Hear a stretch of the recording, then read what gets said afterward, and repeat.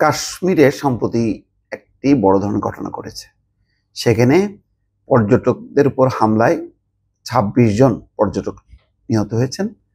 এই খবরের পরপরই টনক নড়েছে নরেন্দ্র মোদীর।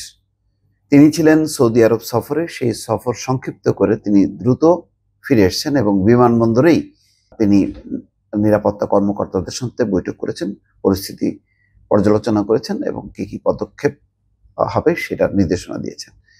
এবং ঘটনাটা সারা বিশ্বে বেশ আলোড়ন তৈরি হয়েছে। ডোনাল্ড ট্রাম্প কথা বলেছেন নরেন্দ্র মোদীর সঙ্গে, তার পাশে থাকার সহায়তা দেওয়ার ঘোষণা দিয়েছেন। সৌদি যুবরাজ সালমান শোক প্রকাশ করেছেন এবং দুঃখ প্রকাশ করেছেন। সেখানে পরিস্থিতি যে একটা ভয়ঙ্কর একটা অবস্থা রূপ নিয়েছে এটা বলার অপেক্ষা রাখে না। কাশ্মীর নিয়ে নরেন্দ্র মোদী অনেক দিন থেকে ভুগছেন এবং এই ভোকাটা যে অযৌক্তিক সেটাও বলা যাবে না। তবে তারপরেও ছোটখাটো কিছু অপারেশন হলেও একসঙ্গে ২৫ জন নিহত হওয়া এটা একটা বড় ঘটনা এবং সাম্প্রতিক সময়ের মধ্যে এত বড় ঘটনা সেখানে ঘটেনি। কাশ্মীর নিয়ে একটা উত্তেজনা ছিল।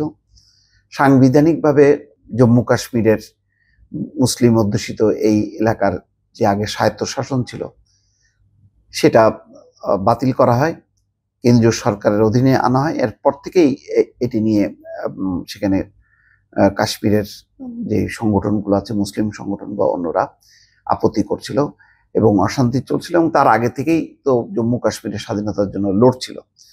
সব মিলে একটা ঘোলাটে পরিস্থিতি এবং এই সব ব্যাপারগুলোতে যেটা হয় যে একটা জাতীয় ঐক্যের মধ্য দিয়ে একটা সিদ্ধান্ত নেওয়া, সেটা হয়নি।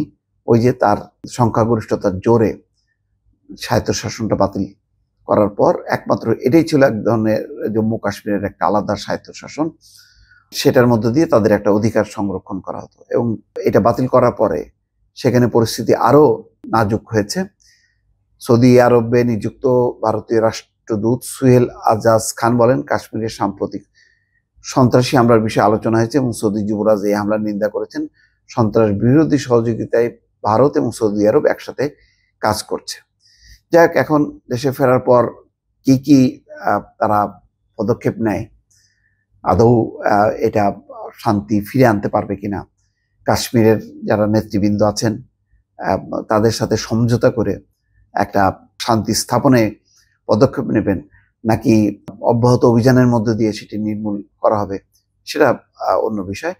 এর মধ্যেই ভারতীয় গণমাধ্যমের খবর যে সেখানে পাকিস্তানের একটা সংযুক্ততা আছে। ৫ জন নাকি পাকিস্তানি জঙ্গি ছদ্মবেশে আসে এবং তারা এই ঘটনা করেছেন। যাক, এইটা নিয়ে অনেক রকম রাজনীতি বলা হবে। তবে কাশ্মীর নিয়ে একটা বড় ধরনের বিপাকে পড়লো এবং চ্যালেঞ্জের মধ্যে পড়লো নরেন্দ্র মোদী, এটা বলার অপেক্ষা রাখে না। দর্শক ভালো থাকবেন, আল্লাহ হাফেজ।